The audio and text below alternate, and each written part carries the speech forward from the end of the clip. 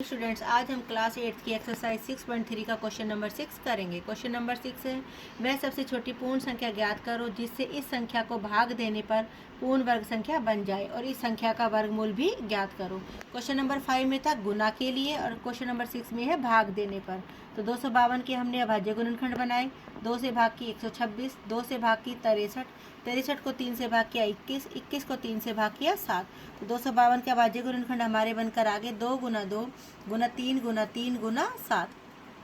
अगर हमसे कहता है गुना के लिए तो हम यहाँ पर 7 से गुना करते। अब वो हमें कह रहे हैं भाग, तो भाग के लिए हमें क्या करना पड़ेगा, डिलीट करना पड़ेगा, ख़त्म करना पड़ेगा एक चीज़ को। यहाँ पे किसको ख़त्म करेंगे हम, 7 को, क्योंकि अगर ये 7 ना होता तो हमारा क्या होता, पूरे पूरे टुकड़े बन रहे थे हमारे, 2 का भी बन रहा था और 3 का भी बन रहा था। तो भाग के लिए हम क्या करेंगे, 7 से इसको भाग करेंगे। तो जैसे हमने 5वें क्वेश्चन में किया था, दोनों तरफ गुना की थी, ऐसे ही अब दोनों तरफ क्या करेंगे, हम भाग करेंगे। तो 252 को हम कितने से भाग करेंगे, क्या पूर्ण वर्ग संख्या बन जाएगी, 7 से। अतः 7 से भाग देने पर 252 हमारी पूर्ण वर्ग संख्या बन जाएगी। तो 252 की हमने 7 से भाग की, यहाँ 2 गुना 2 गुना 3 गुना 3, हमने यहाँ से 7 को हटा दिया क्योंकि हम 7 से नीचे भाग करेंगे तो 7 हमारा खत्म हो जाएगा। 252 के 7 से भाग के हमारा कितना आया, 36। अब हमें 36 का क्या निकालना है, वर्गमूल।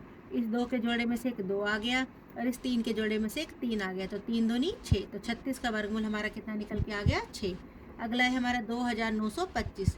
2925 को 3 से भाग की 975, 3 से भाग की 325, 5 से भाग की 65, 65 को 5 से भाग किया 13। तो 2925 के अभाज्य गुणनखंड हो गए 3 गुना 3 गुना 5 गुना 5 गुना 13। तो हम भाग किससे करेंगे, 3 का भी जोड़ा है, 5 का भी जोड़ा है, 13 का जोड़ा नहीं है। तो 2925 को यदि हम 13 से भाग दे देंगे तो यह पूर्ण वर्ग संख्या बन जाएगी। तो 2925 को कर देते हैं हम 13 से भाग, तो यहाँ 3 गुना 3 गुना 5 गुना 5, 13 को हम भाग कर चुके हैं तो 13 हमारे यहाँ से ख़त्म हो जाएगा। 2925 की 13 से भाग की हमारा कितना आ गया, 225। अब 225 का हमें क्या निकालना है, वर्गमूल। तो इन 2 3 में से हमारा एक 3 आ गया और इन 2 5 में से हमारा एक 5 आ गया, तो 5 या 15। 396, 396 की 2 से भाग की 198, 2 से भाग की 99, 99 को 3 से भाग किया 33, 33 को 3 से भाग किया 11। तो 396 के हमारे अभाज्य गुणनखंड है 2 गुना 2 गुना 3 गुना 3 गुना 11। तो यहाँ पर 2 का जोड़ा है, 3 का जोड़ा है, 11 का जोड़ा नहीं है। तो हम 396 को कितने से भाग देंगे, 11 से भाग देंगे, तो यह पूर्ण वर्ग संख्या बन जाएगी। तो 396 की 11 से भाग की तो 2 गुना 2 गुना 3 गुना 3। अब 11 से भाग इधर की तो हमने 11 से भाग इधर भी करेंगे। जब हम पूरी संख्या को यहाँ 11 से भाग देंगे तो 11 से 11 हमारा खत्म हो जाएगा, तो हमारा क्या बचेगा, 2 गुना 2 गुना 3 गुना 3। इस 2 में से एक 2 आ गया, इस 3 में से हमारा एक 3 आ गया। तो यहाँ पर 396 को 11 से भाग की हमारा कितना आया था, 36, और 36 का वर्गमूल हमारा कितना निकल के आ गया, 6। अगला है हमारा 2645। 5 से भाग किया इसको 529, तो 529 को 23 से भाग किया हमारा कितना आ गया, 23। तो 2645 के गुणनखंड हमारे क्या बने, 5 गुना 23 गुना 23। अब इस 23 का तो जोड़ा है हमारे पास, 5 का जोड़ा नहीं है। तो 2645 की मैं कितने से भाग करूँगी, 5 से। तो 5 से भाग देने पर 2645 पूर्ण वर्ग संख्या बन जाएगी। तो 2645 की 5 से भाग की, यहाँ से हमारा 5 हमने हटा दिया तो 23 गुना 23 बचा। 2645 की 5 से भाग की कितना आया, 529। हमें इसका क्या निकालना है, वर्गमूल। इन 2 23 में से हमने एक 23 ले लिया, तो 529 का वर्गमूल कितना निकल के आ गया, 23। अगला है मेरा 2800। 2 से भाग की 1400, 1400 की 2 से भाग की 700, 2 से भाग की 350, 350, 2 से भाग की 175, 175 को 5 से भाग किया 35, 35 को 5 से भाग किया 7। तो 2800 के हमारे गुणनखंड क्या निकल के आ गए, 2 गुना 2 गुना 2 गुना 2 गुना 5 गुना 5 गुना 7।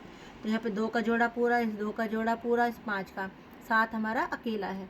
तो 2800 को मैं कितने से भाग करूँगी, 7 से। अतः 7 से भाग देने पर 2800 हमारी पूर्ण वर्ग संख्या बन जाएगी। 2800 को 7 से भाग किया मैंने, यहाँ पर रह गया मेरा 2 का जोड़ा पूरा, ये 2 का जोड़ा और ये 5 का जोड़ा, ये 7 हमारा हट गया। तो 2800 के 7 से भाग की मेरा कितना निकल के आ गया, 400। अब 400 का क्या निकालना है, वर्गमूल। तो इस 2 में से एक 2 आ गया, इस 2 में से एक 2 और इस 5 में से एक 5। तो 5 दूनी 10, 10 दूनी 20। तो हमारा 400 का वर्गमूल कितना निकल के आ गया, 20।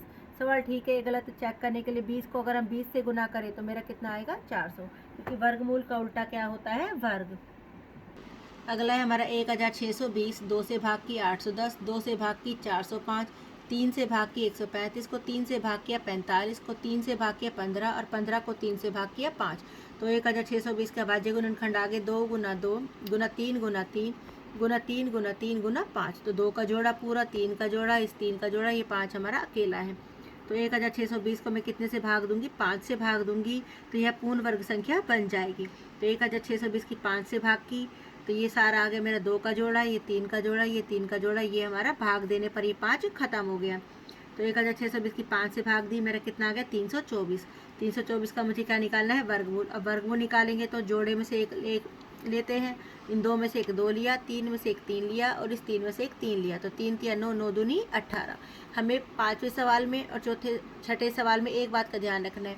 5वें सवाल में हमें कहा था गुना करने पर, तो गुना करते हैं, जैसे ये 5 का जोड़ा रह गया तो 5 एक बढ़ जाता।